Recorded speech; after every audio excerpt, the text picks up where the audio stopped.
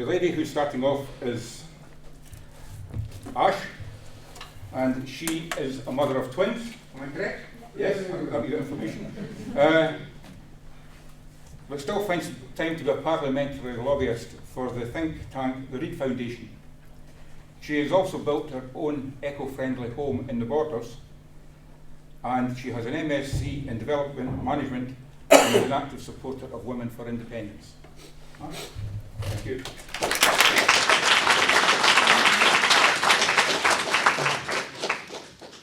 Thank you very much. It's great to be here.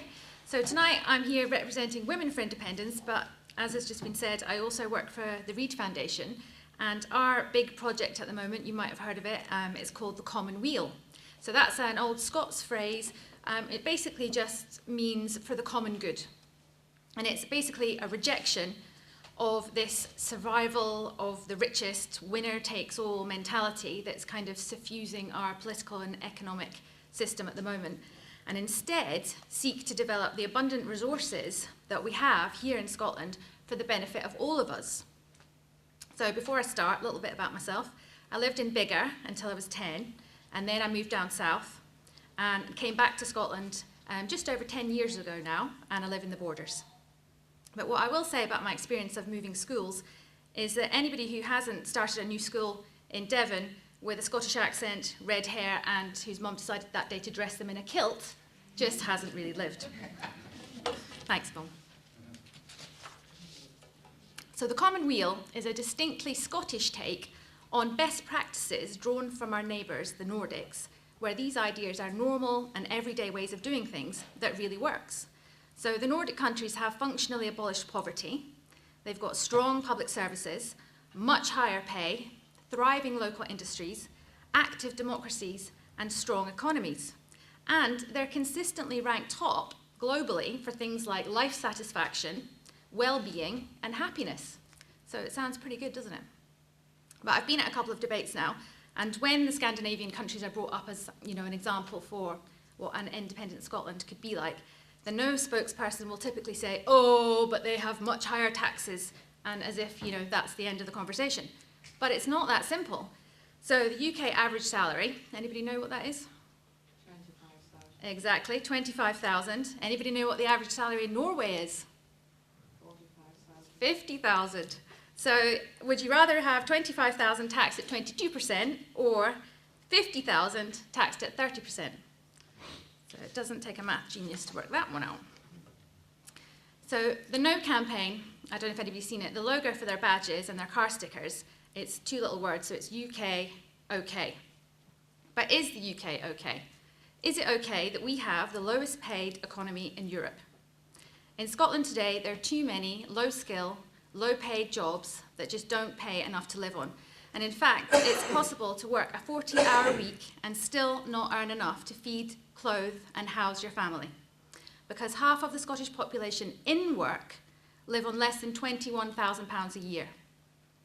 And a direct result of that is we're subsidising in-work poverty, and our tax take as a country really suffers. So the way to improve that situation is more small and medium-sized businesses, because they provide better jobs with better pay, and better pay means richer people who can pay more tax, and more tax gives us strong public finances. And with strong public finances, we can support strong public services, which we all want. And with those things, we can build strong social cohesion, which makes the country a nicer place to live and a better place to do business. So the Nordic name for welfare is Folkshemmet, and that translates as the people's home. And I think that just signifies a difference in thinking about welfare that they have in the Nordic countries than the one that we have developing in the UK, because they don't demonise the sick and the weak or those with an extra bedroom. Instead, it's expressed as a contract between the people themselves, high-quality, universal public services administered by the state. Is it okay that the finance industry does not invest in manufacturing? If we want a new economy, we've got to fund new industries. The finance sector is completely failing Scottish industry, so we need to create a proper national investment bank for industry and social and community enterprises, which should be run on mutual principles. So why are mutual? Well, these different types of ownership models prioritize different things. So things like sustainability, customers, employees, and long-term strategies over just making a quick profit. And their priority is the society they operate in and not just their shareholders. It's banking, but not as we know it, but banking for the benefit of the community. And that probably shouldn't sound as radical as it does. So for example, imagine you've got a great idea for a small, innovative community business.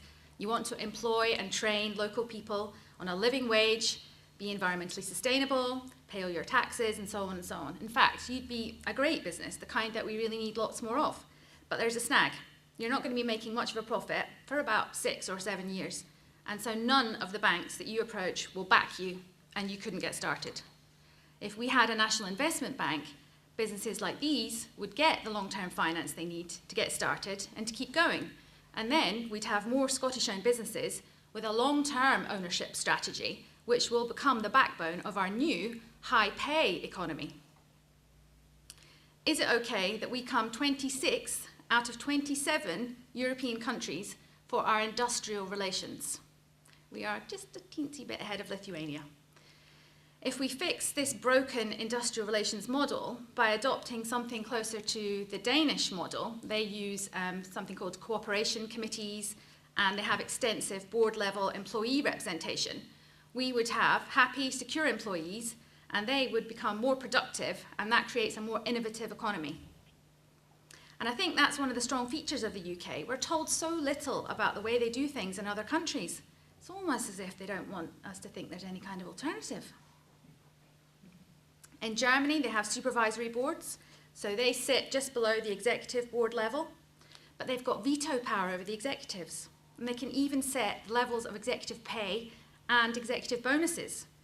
Imagine if RBS had had this type of industrial democracy in place before 2008.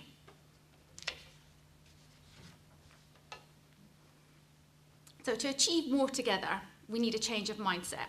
And we're not used to it, but we're going to have to get a lot more democratic. A vibrant and decentralized democracy based on broad participation is crucial if we're going to address the problems that are facing us today. And this type of local participative democracy is also the norm in the Nordic countries, because they work on the assumption that local people know best about their own area, so they're the best people to make decisions about their area. And at the moment in Scotland, we've got a different type of system, where decisions are often being made miles away in huge centralised top-down planning systems by bureaucrats. And that's disempowering, and it's depressing, because there's a world of difference between efficiency and effectiveness.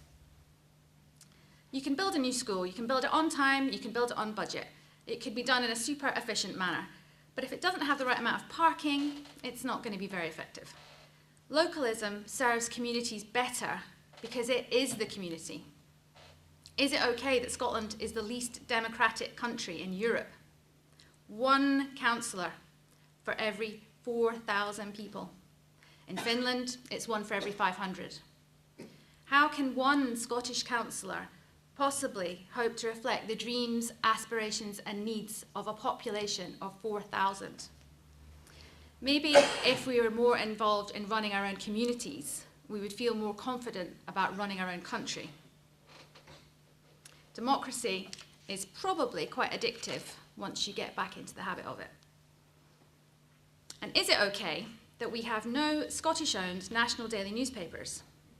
We fund the BBC via the licence fee, but not all of the money raised in Scotland is spent in Scotland, and the BBC Scotland must take its orders from London.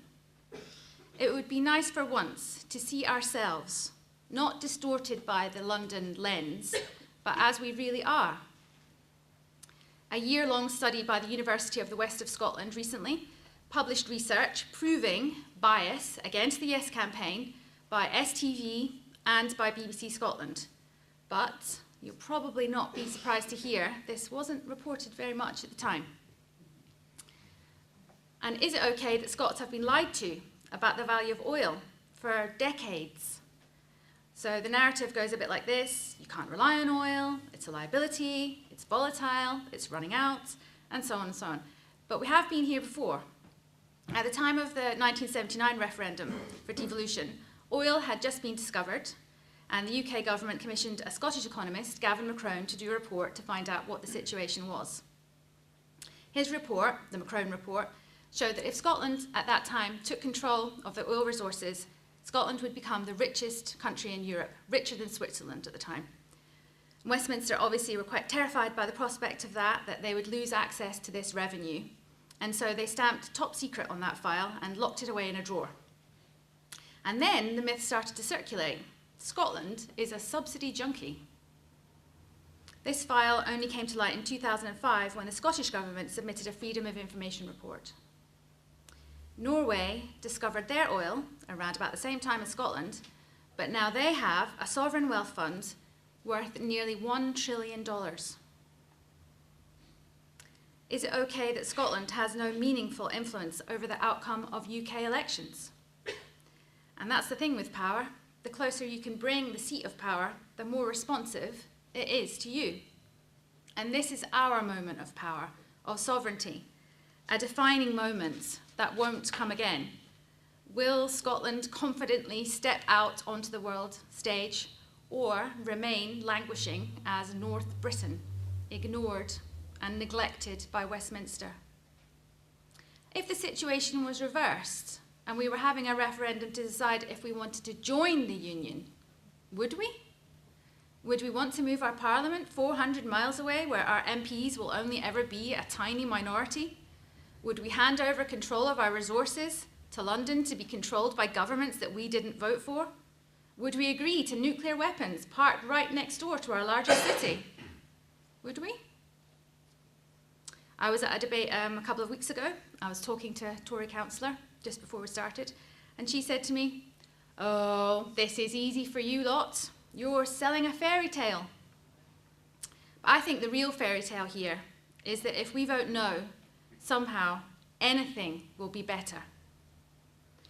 UK, okay, it's just 4 letters. How small, how restricting, how unambitious can you get? How wrong? Westminster's given us inequality, an unbalanced economy, low wages, 0-hours contracts, food banks, illegal wars, nuclear weapons, and the worst infant mortality in Europe. None of this is okay. But if we choose to vote no, then that is what we're choosing. So finally, let's find the confidence that we need to believe in ourselves. It can be done. Scotland can become full of engaged citizens who make well thought out decisions about what is best for their own area. It can be filled with innovative, locally owned businesses that provide quality and well-paid employment. And if we do those things, we can afford the top quality public services that we all want. We would become innovative, fair, and prosperous. So let's take our seat at the top table of small but successful nations, because who wouldn't want to live in a Scotland like that? So on the 18th of September, let's step up, take a deep breath, and vote yes. Thank you.